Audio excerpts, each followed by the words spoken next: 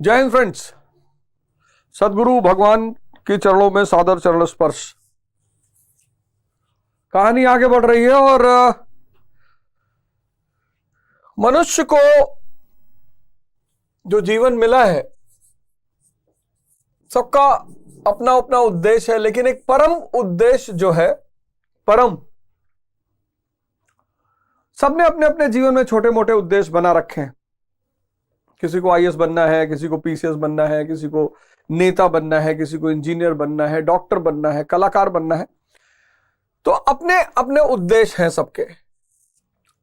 किसी को आईएएस बनना है, किसी को पीसीएस बनना है, किसी को नेता बनना है, किसी को कलाकार बनना है। ये तो बहुत छोटे छोटे उद्देश्य हैं। इन उद्देश्यों का जो मुख्य काम है वो ये है कि आपकी जो परम यात्रा है, उस परम यात्रा में ये आपके सहायक बने। जैसे मैंने बहुत लोगों को सुना है, वो कहते हैं कि अगर आप सन्यास के रास्ते पे जा रहे हैं तो जीवन व्यर्थ हो जाएगा। क्यों हो जाएगा? सन्यास is basically the path of human evolution. सन्यास ऐसी कोई चीज नहीं है कि आप अगर सन्यासी हो गए तो फिर जीवन व्यर्थ चला गया, आपने परिवार छोड़ दिया, समाज छोड़ दिया, मां बाप छोड़ दिया। ना, कुछ भी नहीं है। Sannyas is the highest form of human evolution. मानव के विकास की उच्चतम स्थिति है सन्यास। कौन से विकास की? जब वो इंद्रियों से, सेंसेस से अपनी यात्रा को शुरू करता है। कहां की तरफ? कॉन्शियस की तरफ। और यह यात्रा सबको करनी है और यह परम यात्रा यही है। लेकिन अब जब आप लंबी यात्राएं करते हैं, आप देखिए परिक्रमा करते हैं, आप वैष्णो देवी का मंदिर जाते हैं, 14 किलोमीटर की चढ़ाई चढ़ते हैं, रास्ते में कुछ बातचीत करते हैं, सहयोगी बनाते हैं, मित्र बनाते हैं। वैसे विशेषकर लोग सहयोगी लेकर जाते ही हैं। वैष्णो देवी शायद ही कोई अकेला जाता हो। 15-16 किलोमीटर की पहाड़ की चढ़ाई है।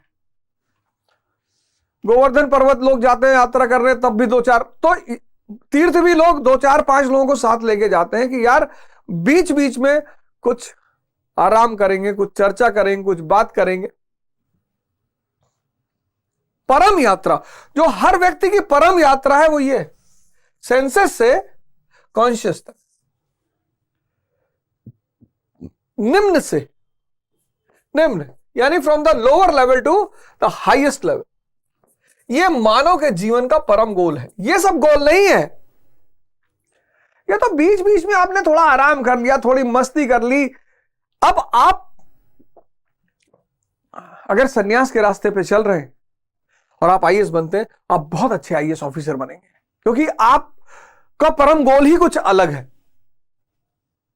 आप अगर नेता बनेंगे तो बहुत अच्छे, अगर आप पीसीएस अधिकारी बनेंगे बहुत अच्छे अधिकारी बनेंगे, आप नेता बनेंगे आप बहुत अच्छे नेता बनेंगे, आप कलाकार बनेंगे आप शानदार कलाकार बनेंगे। इसलिए सन्यास से घबराइए मत। अब सन्यास के रास्ते पे अगर चलना है तो उस रास्ते को जानना पड़ेगा। रास्ता जानना पड़ेगा। बिना रास्ता जाने आप चल ही नहीं सकते। अब ये रास्ता कौन बताएगा? गीता बताएगी। देखिए, मैंने 16 श्लोक खत्म किया, आपको कितनी बातें पता चली। ये रास्ता आपको कौन बताएगा? बाइबल बताएगी। ये रास्ता आपको कौन बताएगा? आदि ग्रंथ बताएगी। ये रास्ता कौन बताएगा? कुरान बताएगी। इनमें सब में रास्ते दिए हुए हैं। इसीलिए गुरु इस देश की बहुत बड़ी खोज है।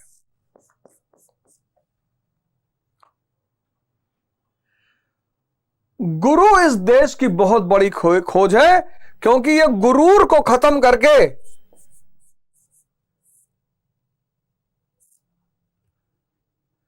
सुरूर में लेकर आता है।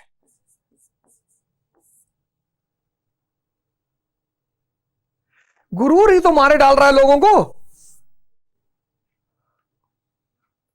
सबने मरते हुए लोगों को देखा है। ऐसा नहीं सिर्फ सिद्धार्थ ने देखा था, बुद्ध ने, हम सब ने देखा कि एक दिन सब छूट जाएगा।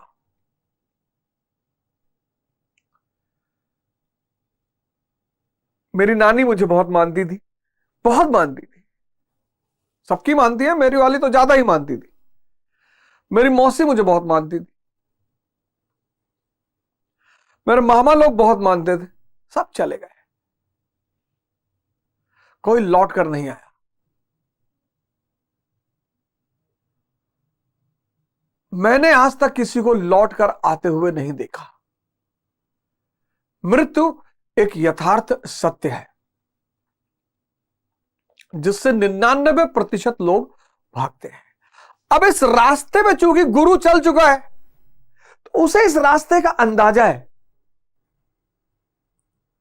गुरु मतलब वो नहीं जो आपकी शादी करवा दे, आपका बच्चा पैदा करवा दे, आपकी नौकरी लगवा दे, आपको गाड़ी खरीदवा दे, ये सब गुरु नहीं है। गुरु मतलब जो आपको इस परम रास्ते पर चलने में आपकी मदद करे।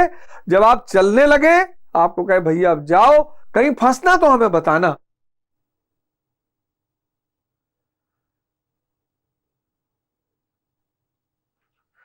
अब पिछले श्लोक में जो हमने चर्चा की, जो ग्राफ मैंने आपको बनाकर दिया, श्री कृष्ण यानी चेतना, साइंस जिसको डार्क मैटर कहता है, पांचजन्य नामक शंख बजाता है। चेतना पांचजन्य शंख बजाती, पांचजन्य।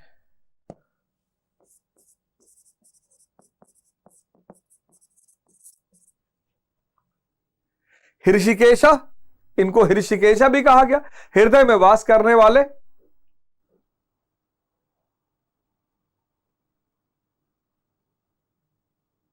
पांचजन्य शंख, पांचों इंद्रियों, पांचों दरवाजों से जो धारा बाहर की तरफ बह रही चेतना की, उसको ये अंदर की तरफ लेकर आते हैं और धारा बन जाती है राधा। और राधा का कृष्ण से मिलन हो जाता है और व्यक्ति मुक्त हो जाता है। अर्जुन देवदत्त नामक शंख बजाते हैं, देवीय दैवीय जो शक्तियां उनको अपने अधीन कर लेते हैं। भीम पौंड्र नामक शंख बजाते हैं। प्रीत, युधिष्ठिर अनंत विजयम, धर्म की ही हमेशा विजय होगी, अनंत विजयम। नकुल सुघोष, सत्य की घोषणा। और सहदेव मणिपुष्पक, यानी निरंतर मणि रूपक श्वास पर ध्यान। जब आंख बंद करते हैं आप, तो ना आपको मन दिखाई पड़ता है, ना आपको हृदय दिखाई पड़ता है, ना किडनी दिखाई पड़ती, ना लीवर दिखाई पड़ता है। आपको आंख बंद करके अगर कोई चीज दिखाई पड़ती है तो वो है आपकी श्वास।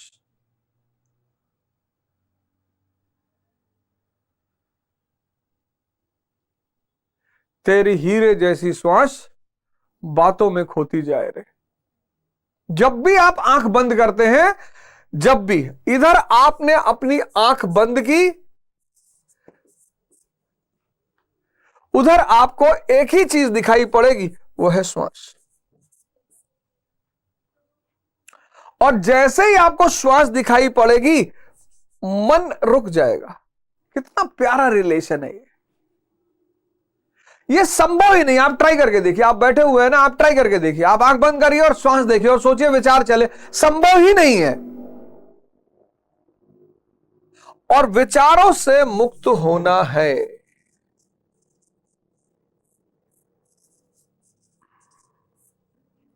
किससे जुड़ना है? भाव से, भाव से जोड़ना है।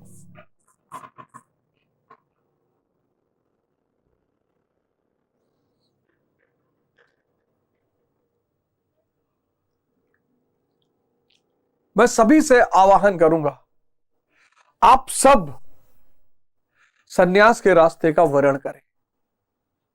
परम उद्देश्य, परम मानव जीवन का परम उद्देश्य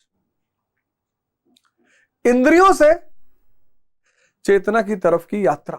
उस यात्रा में आप विवाह करें, परिवार बनाएं, समाज बनाएं, आप आईएएस बने, आप नेता बने, सब कुछ करें, कोई दिक्कत ही नहीं है।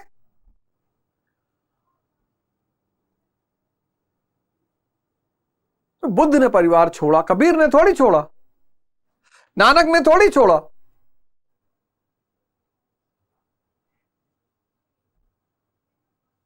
उस रास्ते की एक किताबें हैं, उन किताबों को कोई गुरु ही बता सकता है, वो भी सदगुरु, मतलब जो उस रास्ते से गुजरा हो और जो जागृत हो। बाकी आप किसी से भी पढ़िए, गीता पर कितनी सारी टीकाएं हैं। अगर आप गीता की सारी टीकाएं पढ़िए तो कितनी सारी टीकाएं। वो गुरु जो उस स्थिति में अब आ चुका हो जिस स्थिति में कभी श्री कृष्ण थे। लगभग सारे मुसलमान कुरान पढ़ते हैं, पर मैं बहुत कम मुसलमानों को देखता हूं जो मोहम्मद साहब की स्थिति जैसा दिखाई पड़ते हैं। बहुत सारे सिख भाई हमारे हैं, बहन है, जो आदि ग्रंथ पढ़ते हैं, लेकिन जिस स्थिति में गुरु नानक जी थे,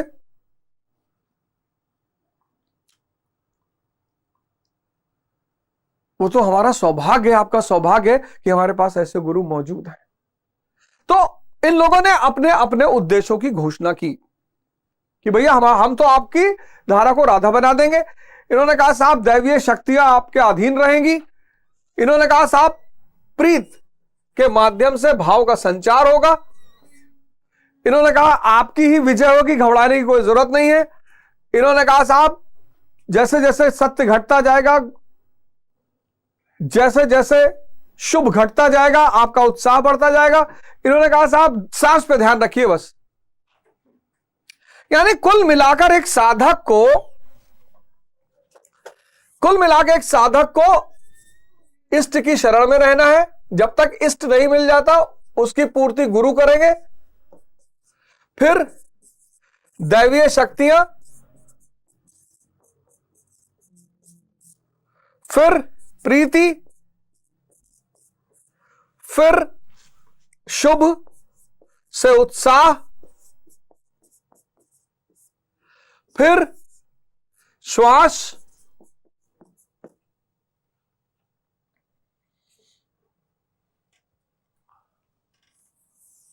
फिर धर्म। इन सारे शब्दों को उसे समझना होगा। इसीलिए धर्म जो है उसको मिस्टिक भी कहा गया है। साधुओं को हमने मिस्टिक कहा, रहस्यवादी, और धर्म को हमने मिस्टिसिज्म कहा।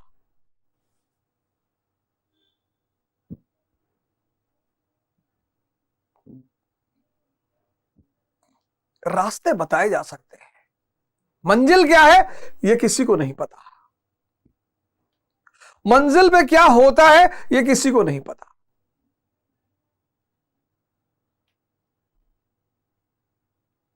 अब इसी क्रम में इतना जानने के बाद, इसी क्रम में जब आप आगे बढ़ते हैं,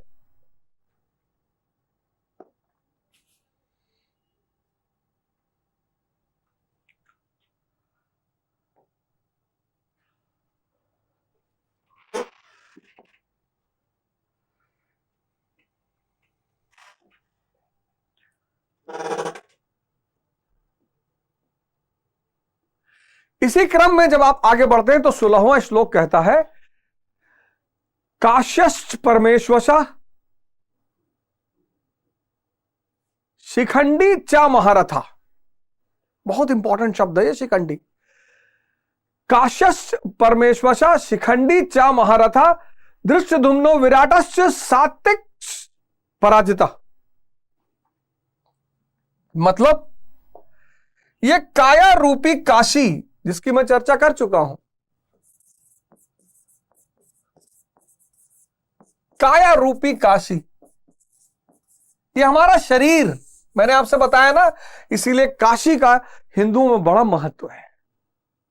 मणिकर्णिका घाट जहां आपको जीवन के सत्य का परिचय होता है। वैराग्य को स्थित करना हो, अगर वैराग्य की प्राप्ति करनी है तो सबसे अच्छा घाट बनारस में है मणिकर्णिका। जिसको वैराग्य पर साधना करनी है, वैराग्य पर, वो मणिकर्णिका घाट पे जाकर बैठे। एक साथ 500 लाशें, 600 लाशें, और 1 महीना अगर बैठ गया, फिर जिसको सत्य पर चर्चा करनी है, हरिश्चंद्र घाट, मणिकर्णिका घाट, दशाश्वमेध, जहां 5 इंद्रियां, 5 ज्ञानेंद्रियों की जीत की कथा बताई जाती हो, दशाश्वमेध घाट। इसीलिए बनारस घाटों का शहर है, काशी। यह शरीर ही काशी है।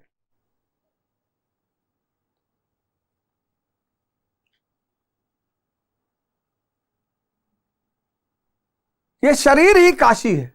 और जब मन सहित इंद्रियों को समेट कर व्यक्ति अपने शरीर में ही स्थित कर लेता है, तो इस शरीर में मन सहित इंद्रियों,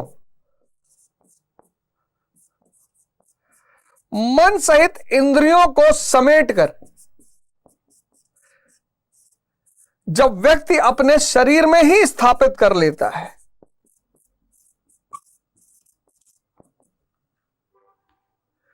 तो परमेशवासा, उस शरीर में परमात्मा का वास हो जाता है। शरीर में क्या हो जाता है? परमात्मा का वास।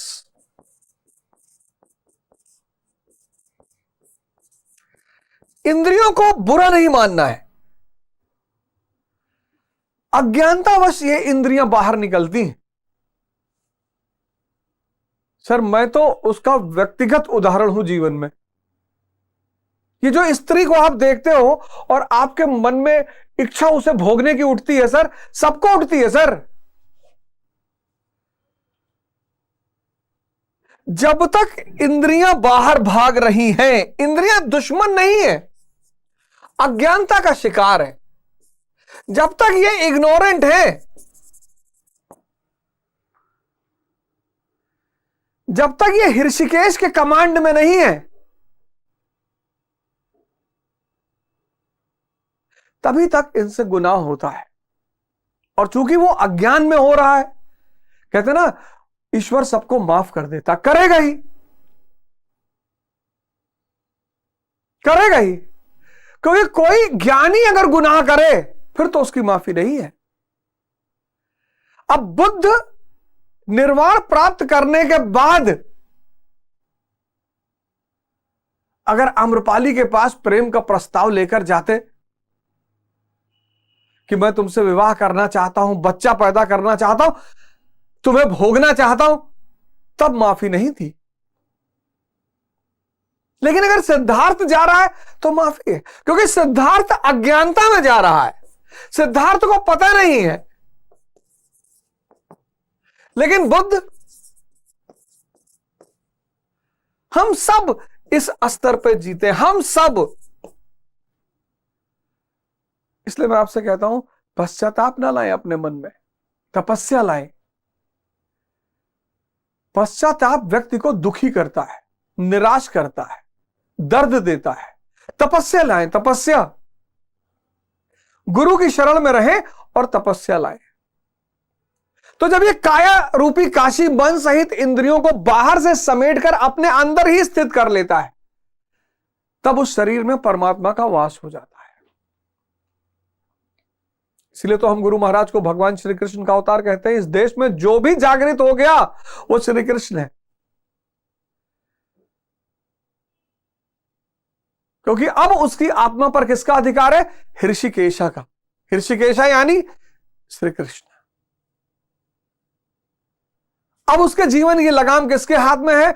ऋषिकेशा के हाथ में। ऋषिकेशा यानी श्री कृष्ण।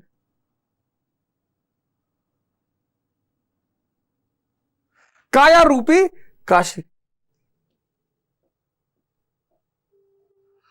काशश्च परमेश्वशा शिखंडी चा महारथा। शिखंडी, कहते हैं नपुंसक था और ये था और वो था। इस शब्द को समझ लीजिए, शिखंडी को, इस शब्द को अगर आप समझ गए, शिखंडी अनुराग के आगे है। अनुराग यानी अर्जुन, अनुराग यानी अर्जुन, अर्जुन के आगे है। और चैतन्य यानी श्री कृष्ण इनके पीछे है।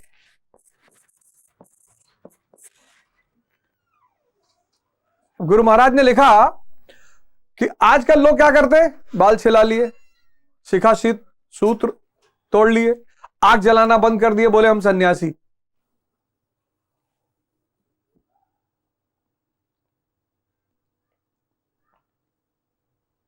बाल सेव करा लिए, शिखा सूत्र तोड़ दिए, बोले हम आग जलाना बंद कर दिए, बोले हम सन्यासी।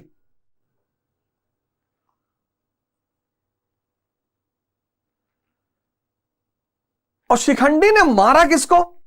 तो सन्यासी बनेंगे कैसे? क्या है सन्यासी का मूल रूप और कौन है ये शिखंडी? आपका जो महाभारत का युद्ध होगा ना, उसमें इसकी बहुत बड़ी भूमिका होगी।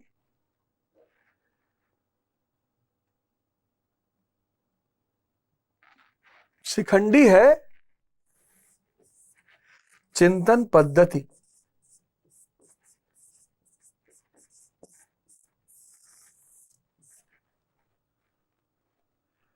चिंतन पद्धति। अब बताओ, ये कोई अंग है शरीर का?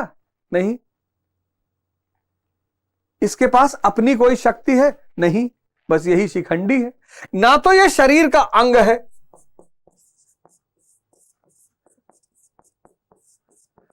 और ना इसकी कोई अपनी शक्ति।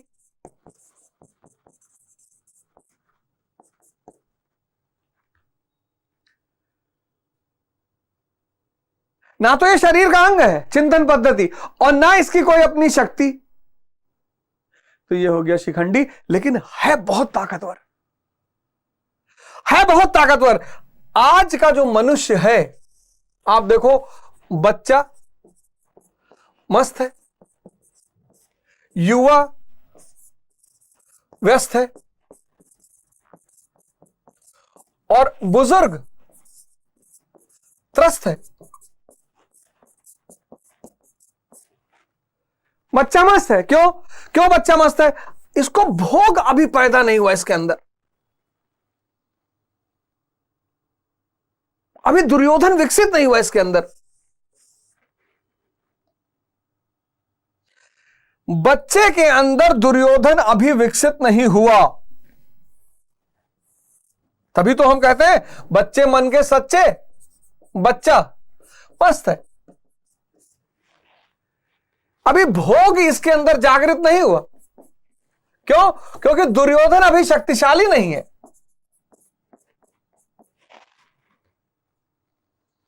अभी ये बहुत प्रकृति में नहीं भाग रहा है, बाहर नहीं भाग रहा है। अभी इसका जीवन बड़ी छोटी छोटी बातों पे, चॉकलेट पे घूम रहा है। अभी इसका मैं मजबूत नहीं हुआ है कि आपने इसको एक तमाचा मार दिया, ये आपसे बात नहीं करेगा। हाँ, ये फिर 5 मिनट आपसे बात करेगा। आप किसी बड़े आदमी को तमाचा मारिए, वो जीवन भर आपसे बात नहीं करेगा, क्योंकि मैं मजबूत हो गया है। बच्चों को क्यों सरल कहा गया? बच्चे मन के सच्चे, बच्चे परमात्मा का अवतार है, क्योंकि बच्चों में मैं ताकतवर नहीं होता। मैं यानी दुर्योधन। बच्चों में भोग अभी शक्तिशाली नहीं है। चॉकलेट। 4 बच्चे हैं, आप देखिए बाहर खेलते हुए पार्क में, बालू उठा उठा के ऊपर ऊपर डाल रहे हैं, खाली बोतल सजा रहे हैं। माँ बाप डांट रहे कि अरे फेंक दे बोतल, खाली हो गई, कचरा है। उसी को सजा रहे हैं, उसी को जोड़ रहे हैं, ईंटों को जोड़ के घर बना रहे हैं। हाँ, जिनका घर बना हुआ कह रहे हैं यार ये घर ठीक है नहीं, इसमें टाइल्स नहीं बढ़िया लगा हुआ है। बच्चे की सरलता का आधार यह है क्योंकि उसमें दुर्योधन विकसित नहीं है। दुर्योधन यानी मैं। युवा का मैं विकसित हो गया, दुर्योधन विकसित हो गया है। अब इसको कुछ बनना है, और सिर्फ बनना नहीं है, अब इसको कुछ बनना है, और सिर्फ बनना नहीं है, भोगना भी है बनने के बाद। ना ये कुछ बन पाएगा ना कुछ भोग पाएगा, क्योंकि मैं की कोई अस्तित्व ही नहीं है। ये तो भ्रम है, माया।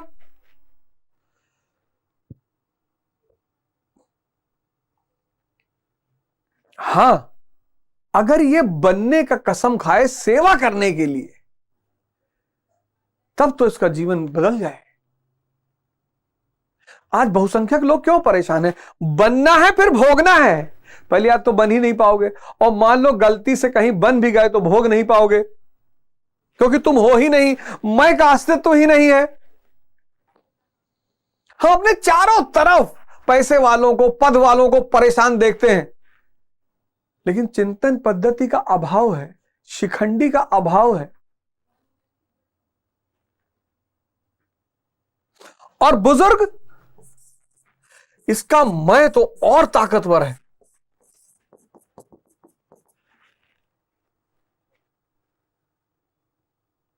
पर काशी कमजोर हो गया है, शरीर इसकी काशी जीर्ण हो गई है, खत्म। तमन्ना बहुत है, ताकत नहीं है। तो तमन्ना होए और ताकत ना होने से क्या फायदा हो गया? फ्रस्ट्रेशन पैदा हो गया, ये रोगों का शिकार हो जाता है, आईसीयू में पड़ा है, भुगत रहा है। यही नर्क है। अगर इस उम्र में 70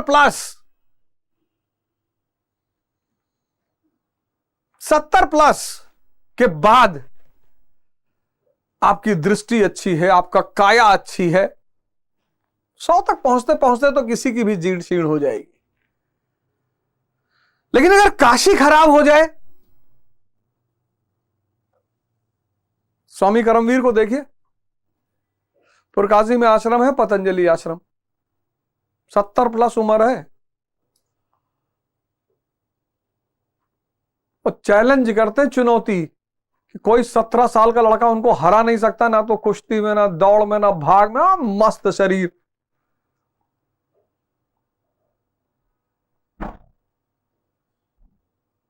स्वामी करमवीर।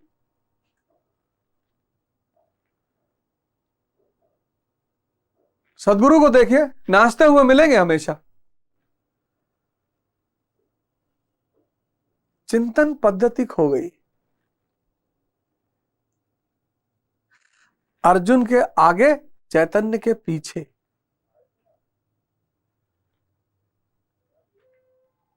सबको एक शिखंडी चाहिए। शिखंडी यानी चिंतन पद्धति। कभी गौर किया आपने? हाँ,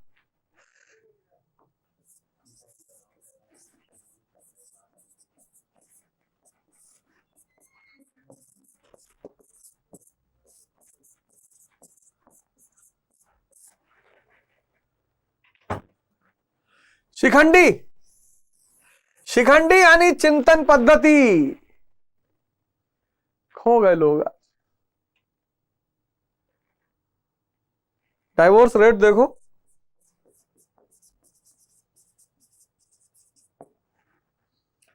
डाइवोर्स रेट देखो।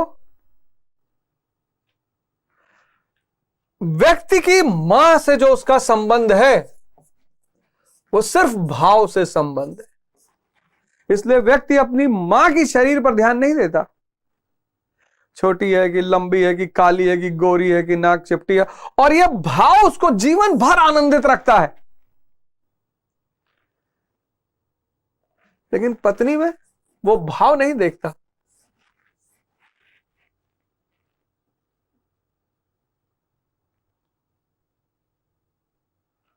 पत्नी में उसे शरीर देखना है। इसीलिए दुनिया के सारे पुरुष पीटे जाते हैं।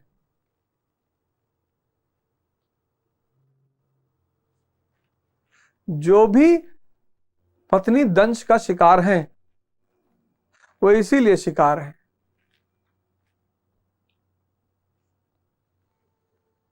क्योंकि जीवन तो आपका इससे कटेगा ना, जीवन इससे तो कटेगा नहीं। नहीं तो वैश्याएं एक से एक सुंदर हैं, जाइए निकाल लाइए, किसी से विवाह कर लीजिए। वैश्यावृत्ति को, प्रोस्टिट्यूशन को क्यों पाप कहा गया? वैश्यावृत्ति, आप एक स्त्री को धन देते हैं, उसके बदले में आप उसकी शरीर लेते हैं। यह देखिए, और दोनों मैटर है, चैतन्य नहीं है। यह भी धन, इसीलिए दोनों को माया कहा गया, भोग की दृष्टि से। माया का मतलब कुछ है नहीं, दिखाई पड़ता है। जैसे आप रेगिस्तान में जा रहे हैं और दूर आपको पानी नजर आ रहा है सूरज की किरणों की वजह से, लेकिन जब आप वहां पहुंचते हैं वहां पानी है नहीं, माया। तभी तो कबीर ने कहा, माया छाया एक सी बिरला जाने कोई। छाया दिखाई पड़ती है, होती नहीं है। वैश्यावृत्ति इसीलिए पाप है। वस्तु देकर वस्तु खरीदा जा रहा, क्योंकि चैतन्य आप खरीद नहीं सकते, चैतन्य का क्रय विक्रय हो नहीं सकता, और चैतन्य का सीधा संबंध भाव से है। भाव के भूखे हैं भगवान। जितने लोग पत्नी दंश के पीड़ित हैं, वो सिर्फ इसलिए पीड़ित हैं क्योंकि पत्नी को वो भोग करना चाहते हैं। और भोग भाव का नहीं हो सकता, भोग वस्तु का होगा।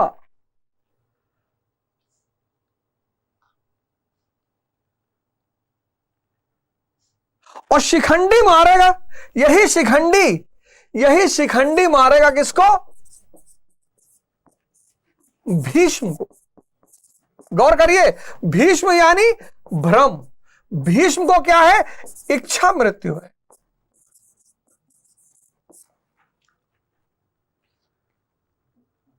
जिसके पास फॉर्च्यूनर है,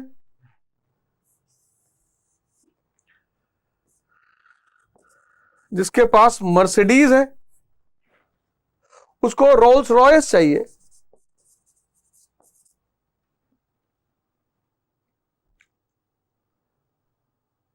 इच्छा। जिसके पास विला है, उसको मैंशन चाहिए।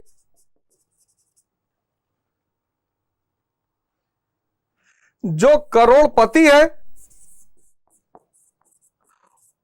उसको अरबपति बनना है।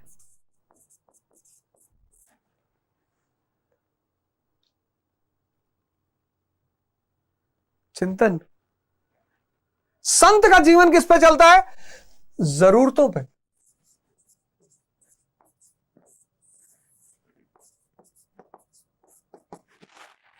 और मनुष्य जीवन किस पे जीता है? इच्छाओं पे। और इच्छाएं अनंत है, तभी तो भोग रहा है। अब गुरु महाराज के पास आश्रम में जाइए, उनके अपने नाम पे कुछ भी नहीं है, लेकिन जिन जिन चीजों की उन्हें जरूरत है, जब व्यक्ति जागृत हो जाता है ना, तो माया उसकी दासी हो जाती है। हिंदुओं ने ऐसी ऐसी फोटो बनाई, ऐसी ऐसी पिक्चर बनाई है हिंदुओं ने, अरे जिसका कोई जवाब नहीं। तो भगवान विष्णु को दिखाया है क्षीर सागर में लेटे हुए नागराज पे, इंद्रियों पर लेटे हैं, इंद्रियां उन पर हावी नहीं है। और भगवान विष्णु की सेवा कौन कर रहा है? लक्ष्मी। लक्ष्मी यानी माया। इतना दुष्प्रचार किया गया भारत की संन्यास परंपरा और संत परंपरा पे कि तुम भिखमंगे हो जाओगे, तुम्हारे पास कुछ रहेगा नहीं, और गरीब हो जाओगे, तुम्हारी कोई औकात नहीं रहेगी। जो जाग गया वो विष्णु हो गया। जो विष्णु हो गया, लक्ष्मी यानी माया उसकी पैर दबाने लगी।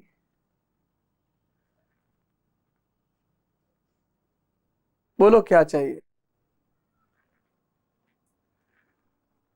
जिस चीज की उसकी जरूरत होती है, माया खुद ही लाकर देती है।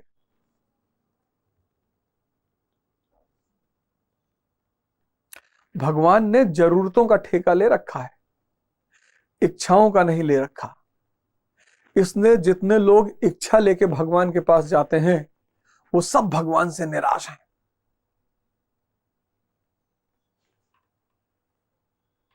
भगवान ने हमारी जरूरतों का ठेका ले रखा है। भगवान ने हमारी इच्छाओं का ठेका नहीं ले रखा है।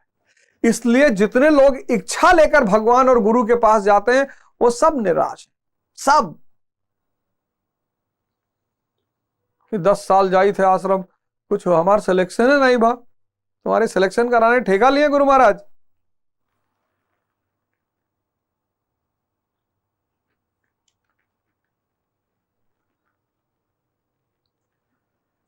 अरे भारत में इतने संत महात्मा मजबूत हैं तो भारत वर्ल्ड कप क्रिकेट का काहे नहीं जीत गया? सब लोग तो आशीर्वाद दिए थे। ये सारा ब्रह्मांड विष्णु का है।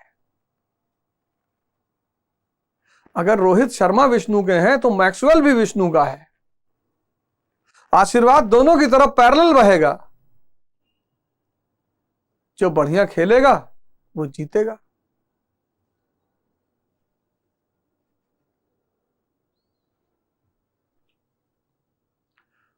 ऐसा नहीं कि भगवान सिर्फ रोहित शर्मा के हैं, कि रोहित शर्मा मंदिर गए, माला चढ़ा है, फूल चढ़ा है और रोहित शर्मा 501 रुपया चढ़ा है तो भगवान इनको वर्ल्ड कप जिता देगा। फिर तो भगवान पुरोहित हो गया, फिर तो वो धंधा करने वाला हो गया, बिजनेसमैन हो गया। भगवान सबका है, वो मैक्सवेल का भी उतना ही है। इसीलिए बहुत नास्तिक लोग दुनिया में बड़े मस्ती में रहते हैं। भगवान का आशीर्वाद दोनों के ऊपर बह रहा है।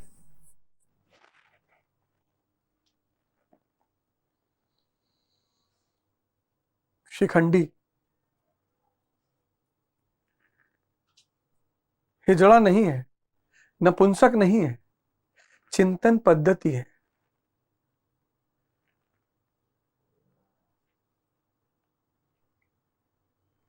कलयुग मतलब बहुसंख्यक प्रजा का चिंतन पद्धति खत्म हो गया।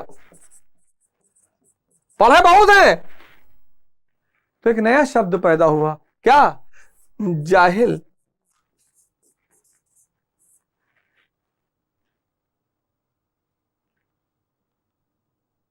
ध्यान क्या करता है? इस चिंतन पद्धति को ताकत देता है।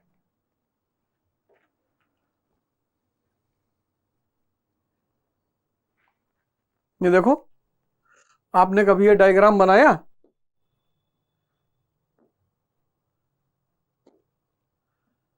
ये कि बच्चा मस्त क्यों है? जीसस क्राइस्ट ने कहा कि स्वर्ग के अधिकारी वही होंगे जो फिर से बच्चे बन जाएंगे। निर्मल, मैं का अंत।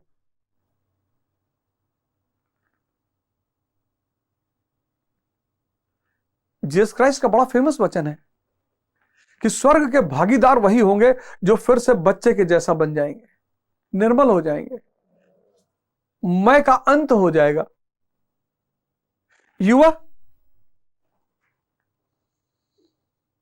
युवा को सन्यास के रास्ते पर चलना शुरू करना चाहिए। सभी युवा को डरने की जरूरत नहीं है, यह परम उद्देश्य है। गुरु को शरण में आइए और परम उद्देश्य की तरफ आगे बढ़िए। और इस यात्रा के बीच में आप आईएएस बन जाइए, पीसीएस बन जाइए। साधना आपको बाधा थोड़ी करेगी, मजबूत करेगी आपको। लेकिन आईएएस बनने के लिए ध्यान मत करिए।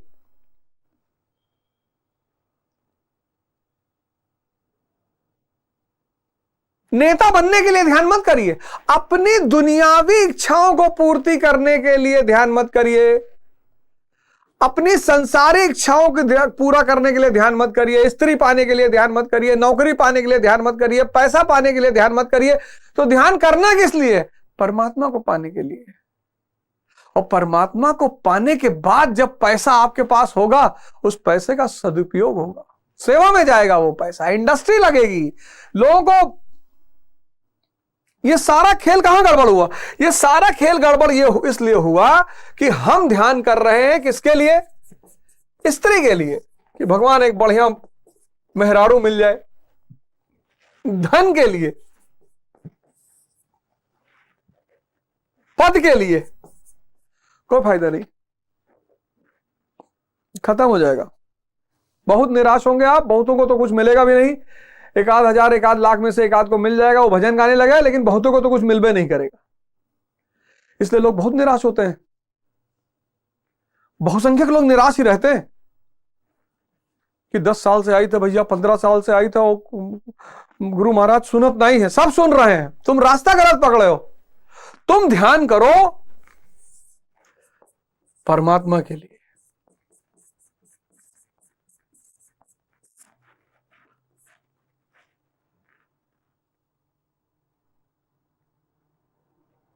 और इस रास्ते में तुमको स्त्री मिल जाएगी, बड़ी खुश रहेगी तुमसे।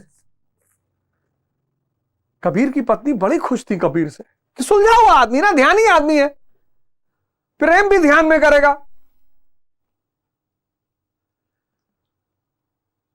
प्रेम भी ध्यान में करेगा, उसको दवा खाने की जरूरत नहीं पड़ेगी।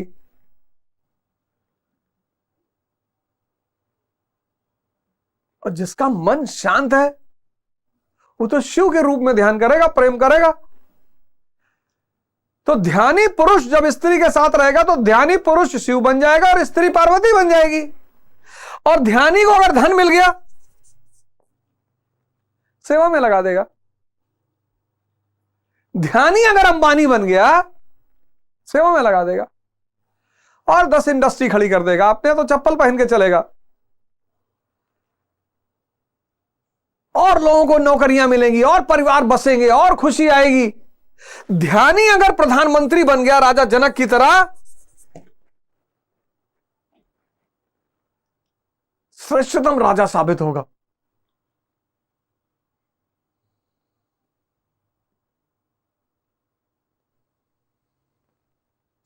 श्रेष्ठतम राजा साबित होगा, श्रेष्ठतम।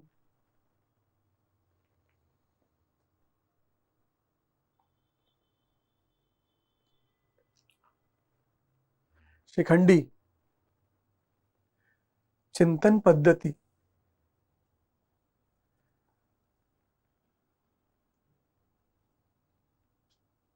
आप सिगरेट क्यों पी रहे हैं? कि आपको नींद ना आए। आप खाना मत खाइए, आपको नहीं आएगी। आप सिगरेट इसलिए पी रहे हैं कि आपको नींद ना आए। रात में आपको पढ़ना है कि भैया हमको रात में पढ़ना है, हमें जागना है, इसलिए हम सिगरेट पिएंगे। भैया हम बता रहे हैं आपको तरीका जागने का, बहुत प्यारा तरीका। आप खाना ही मत खाइए।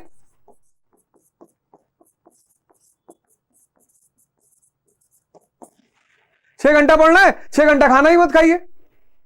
आपको नींद नहीं आए। किसको भूखे पेट नींद आती है?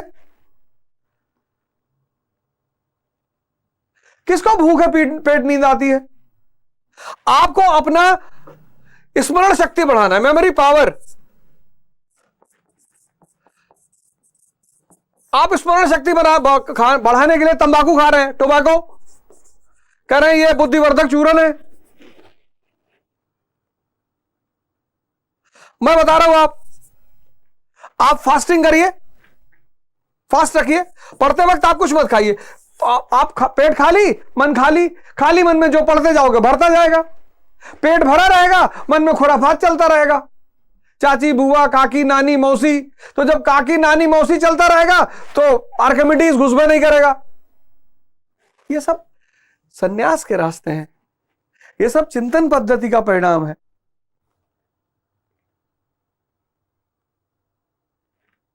हमको भी किसी जमाने में लगता था कि अगर दुनिया में सब स्त्री मिल जाए तो मजा आ जाए यार। जिस रास्ते से तुम गुजर रहे हो उसी से मैं भी गुजरा हूं। हमको भी हर स्त्री देख के लगता था कि गुरु,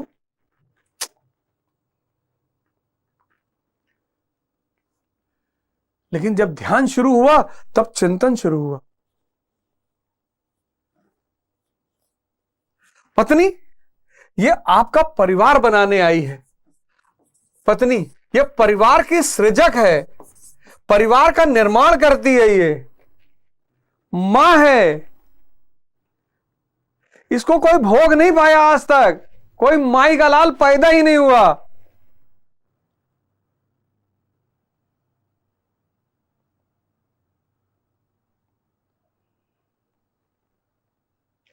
कोई माई का लाल पैदा ही नहीं हुआ।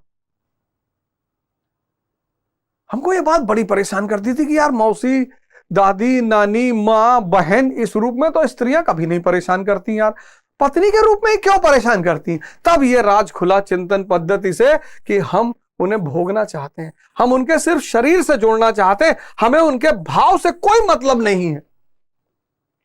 आप खुद सोच के देखो कि आपके भाव से कोई मतलब नहीं है। यह जो हमारी प्रवृत्ति है कि हमें स्त्री की शरीर का सिर्फ भोग करना है, हमें उन्हें उनका भाव से कोई मतलब नहीं है। महीने में एक समय होता है जब उनके पीड़ा का समय होता है, सारी स्त्रियों को होता है।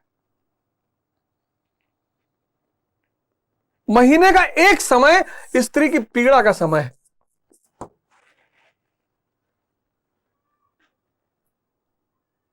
हम ही खाना बना दे, कहते हैं भैया तुम 5 दिन आराम करो, तुम मत बनाओ।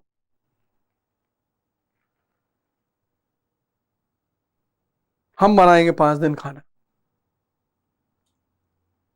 हमें प्रेम कब मिलेगा? जब हम किसी के भाव का सम्मान करेंगे।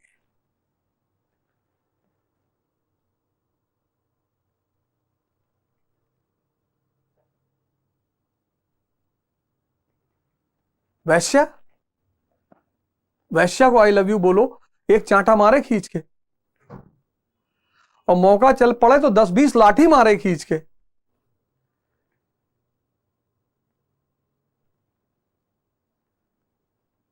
गाना है बड़ा पुराना, तवायफ कहां किसी के साथ मोहब्बत करती है, मगर अगर करती है तो फिर कयामत करती है। वही चीज तो उसके जीवन में मिसिंग है। वो जानती पुरुष आया, पैसा देगा, शरीर का भोग करेगा, चला जाएगा, इसको क्या पता भाव क्या होता है। लेकिन जिस दिन पत्नी को पता चल गया कि आप उसके भाव का सम्मान करते हैं, फिर आप उसका रूप देखिए साहब, फिर आप उसका रूप देखिए। और पत्नी के भाव का सम्मान सिर्फ शक्तिशाली लोग कर सकते हैं।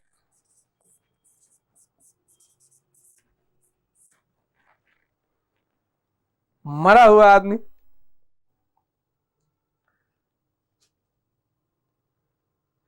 भगवान शंकर को चिंता नहीं कि पार्वती जी कहां जा रही हैं। जाए कहीं घूमे टहले, पापा के यहां जाए, दोस्त के यहां जाए, बहन के यहां जाए, चाहे जाए, वो खुद इतने शक्तिशाली हैं।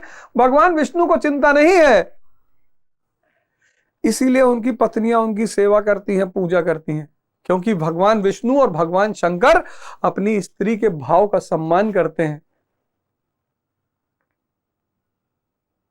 यह है शिखंडी। कितना बड़ा सूत्र यथार्थ गीता में लिखा हुआ है, कितना बड़ा सूत्र गीता में लिखा हुआ है। आपने कभी गौर किया? आप सब अपनी चिंतन पद्धति पर काम करना शुरू करिए, सब। अर्जुन बिना शिखंडी के, अर्जुन बिना शिखंडी के भीष्म को गिरा नहीं पाएगा। ध्यान कभी लगेगा ही नहीं, क्योंकि अगर भीष्म नहीं गिरेगा तो भ्रम नहीं गिरेगा, अगर भीष्म नहीं गिरेगा तो इच्छा नहीं गिरेगी। हर अर्जुन को शिखंडी की जरूरत है। कितना बड़ा सूत्र है, हैं? मकाले आया, उसने देखा अंग्रेजी शासन जब यहां शुरू हुआ और भारत के धर्म ग्रंथों का ट्रांसलेशन शुरू हुआ, तो अंग्रेजों को पता चल गया कि अबे ये तो बहुत बड़ा फॉर्मूला रखे हैं यार। तो बोले काम करो, इनके एजुकेशन में विजडम के पोर्शन को मार दो, रटाई डाल दो, रटाई, मेमोराइजेशन, मेमोराइजेशन। बोले और बोले परसेंटेज को भी डाल दो, क्योंकि परसेंटेज लाने के लिए हर लड़का मेमोरी रटेगा, और जितना रटेगा मन तोता हो जाएगा। और तोते चाहे जितना तुलसी की रामचरितमानस पढ़ लें, कुरान पढ़ लें, तोता तोता है।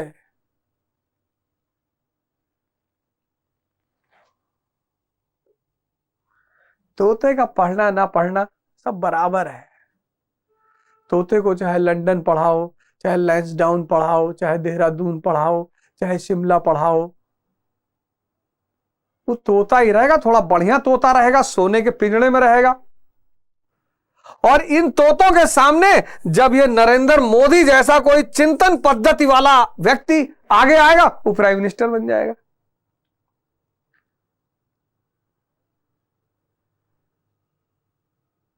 जब कोई मुलायम सिंह यादव जैसा चिंतन पद्धति वाला आदमी आगे आएगा, वो डिफेंस मिनिस्टर बन जाएगा। जब कोई लालू यादव सामने आएगा, वो चीफ मिनिस्टर बन जाएगा, रेलवे मिनिस्टर बन जाएगा। क्योंकि इनके पास सोचने की क्षमता अच्छी है। भले धार्मिक धारा में ना सोच पाते हो, संसारिक धारा में अच्छा सोच रहे हैं ना, तो संसारिक धारा में उच्च पद पर है।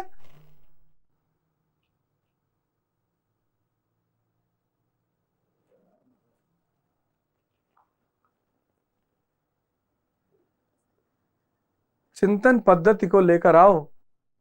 नहीं ये भीष्म, ये तुमको बियर बार लेके जाएगा, लिटा लिटा कर मार डालेगा, तुम्हारी ये हालत कर देगा। तुम चाहे जहां पढ़ो, आजकल लड़के बहुत परेशान, कोचिंग नहीं कर पा रहे। दिल्ली क्या जरूरत है दिल्ली बिल्ली जाने की? ऑनलाइन कोचिंग मौजूद है 6-6, 7-7 हजार रुपए में। क्यों आके दिल्ली पैसा खर्चा करना चाहते हो? वहीं रहो ना, दरभंगा में, खगड़िया में, बेगूसराय, गाजीपुर, आजमगढ़, गोरखपुर, मऊ, बलिया। क्या जरूरत है दिल्ली आने की? दिल्ली में बिल्लो रानी नाच रही है, देखने आ रहे हो? और 7,000 रुपया तो तुमको कोई भी उधार दे दे। 7,000 रुपया तो तुमको कोई उधार दे, क्यों दिल्ली आना चाहते हो? 7-8 हजार रुपए ले लो। और अब तो हर छोटे छोटे शहरों में लाइब्रेरी बन गई। लाइब्रेरी नहीं है, मंदिर में जाके बैठ के पढ़ो यार, कोई टोकेगा तुमको? मस्जिद किस लिए बनी है? जाके बैठ के पढ़ो। इन सब जगहों का इस्तेमाल करो, अपनी चिंतन पद्धति का विकास करो। भीष्म को खत्म करो, भीष्म खत्म हो जाएगा, ये भ्रम खत्म हो जाएगा, इच्छाएं सारी खत्म हो जाएंगी, शक्ति आ जाएगी। भगवान राम की तरह सेवा करना, तुम भी भगवान बन जाओगे।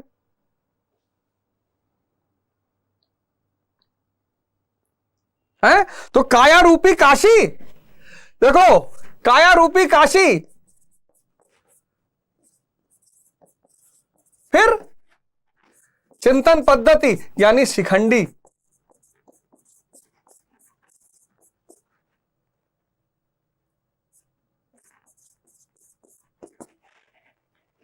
काया रूपी काशी, मन सहित इंद्रियों को अपने अंदर वास कर लेगा तो परमेश्वासा हो जाएगा, परमात्मा हो जाएगा। और चिंतन पद्धति से अर्जुन और मजबूत हो जाएगा। और उस मजबूत अर्जुन के पास धृष्टद्युम्न,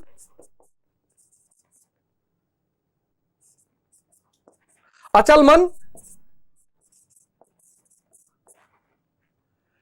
इस अचल मन को अगर चिंतन पद्धति मिल गई, जोड़ो पवित्र शरीर, पवित्र शरीर के पास चिंतन पद्धति, चिंतन पद्धति के पास अचल मन, अचल मन के पास विराट नामक योद्धा, जो इस ईश्वर के इस विराट रूप को देखने लगेगा। और फिर सात्विक, सात्विक निरंतर सत्य का चिंतन। अब तुम हारोगे, तुम इस लोक में भी जीतोगे, तुम प्रधानमंत्री भी बनोगे और तुम परमेश्वर भी बनोगे, तुम दोनों बनोगे। वो पंचायत सीरीज वाले परमेश्वर नहीं। अगर यह स्वरूप तुम्हारा रहेगा, तुम्हारी शरीर काशी बन गई, शुद्ध, इंद्रिय और मन अंदर की तरफ आ गए, और तुम्हारे पास चिंतन पद्धति आ गई, और तुम्हारे पास अचल मन है धृष्टद्युम्न, और उस अचल मन विराट को देखने की क्षमता डेवलप कर लेगा और निरंतर सत्य का चिंतन करेगा। ऐसा व्यक्ति सिर्फ प्राइम मिनिस्टर नहीं बनेगा, प्राइम मिनिस्टर तो बनेगा ही बनेगा, वो परमेश्वर भी बनेगा। यानी इस दुनिया में भी उसकी उपलब्धि रहेगी और उस दुनिया में भी उसकी उपलब्धि रहेगी।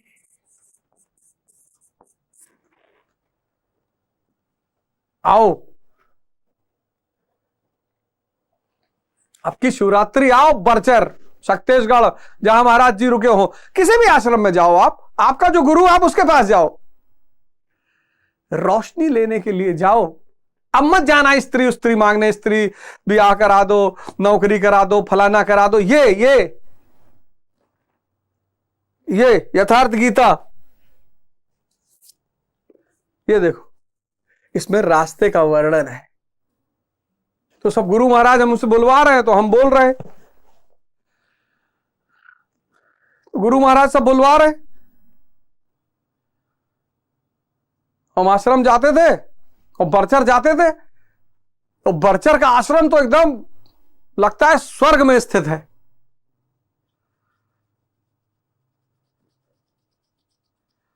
और फिर नारद बाबा और आशीष बाबा और सुखीराम बाबा तो देखने में बाहर से इतने कड़क लगे कि बस अब वज्रपात ही करेंगे, मारेंगे वज्र घुमाकर एकदम से। लेकिन सुखीराम बाबा, हमको तो कभी कभी उनके चेहरे में ही भगवान दिखाई पड़ने लगता है। उनके क्रोध के पीछे जो करुणा मुझे दिखाई पड़ती है, मैं ज्यादा उनसे बात नहीं करता, क्योंकि वो ध्यान के मुद्रा में मुझे लगता है हमेशा रहते हैं, इसलिए वो चाहते नहीं जल्दी कोई उनसे बात करे। उनका जो हाव भाव है, वहां बहुत सारे बाबा आपको मिलेंगे जो लगेगा कि वो क्रोधित है, वो क्रोधित बिल्कुल नहीं है। क्या बात करेंगे आपसे, ये सब आप उनको बात, ये सब पे आप चर्चा नहीं करोगे। आप बताओगे भाजपा को छत्तीसगढ़ में इतनी सीट मिल रही, उनसे क्या लेना देना है, वो पूरे ब्रह्मांड की सीट का इधर उधर न्योता करते हैं। वो सब ये छोटी मोटी राजनीति नहीं करते। वहां जितने बाबा लोग हैं, उस पूरे ब्रह्मांड में कौन सी गैलेक्सी में कितना प्लैनेट है, किस प्लैनेट पे किसको भेजना है, इस सब का डिस्कशन करते हैं। तुम छोटे आदमी, तुम्हारी छोटी सोच, तुम्हारा छोटा डिस्कशन, तुम्हारे छोटे कष्ट,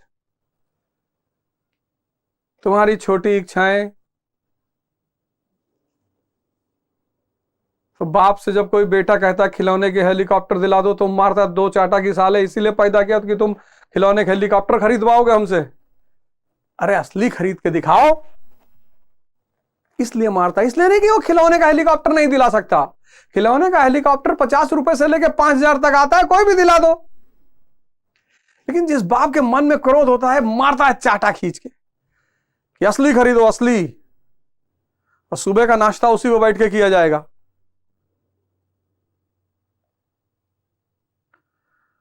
तो सुखीराम बाबा देखने से लगता है कि एकदम क्रोध में है।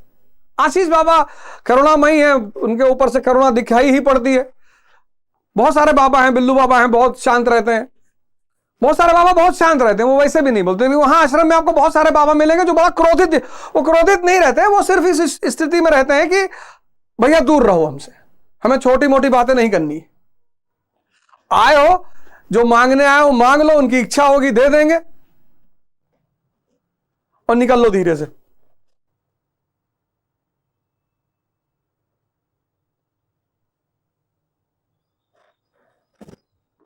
जय हिंद।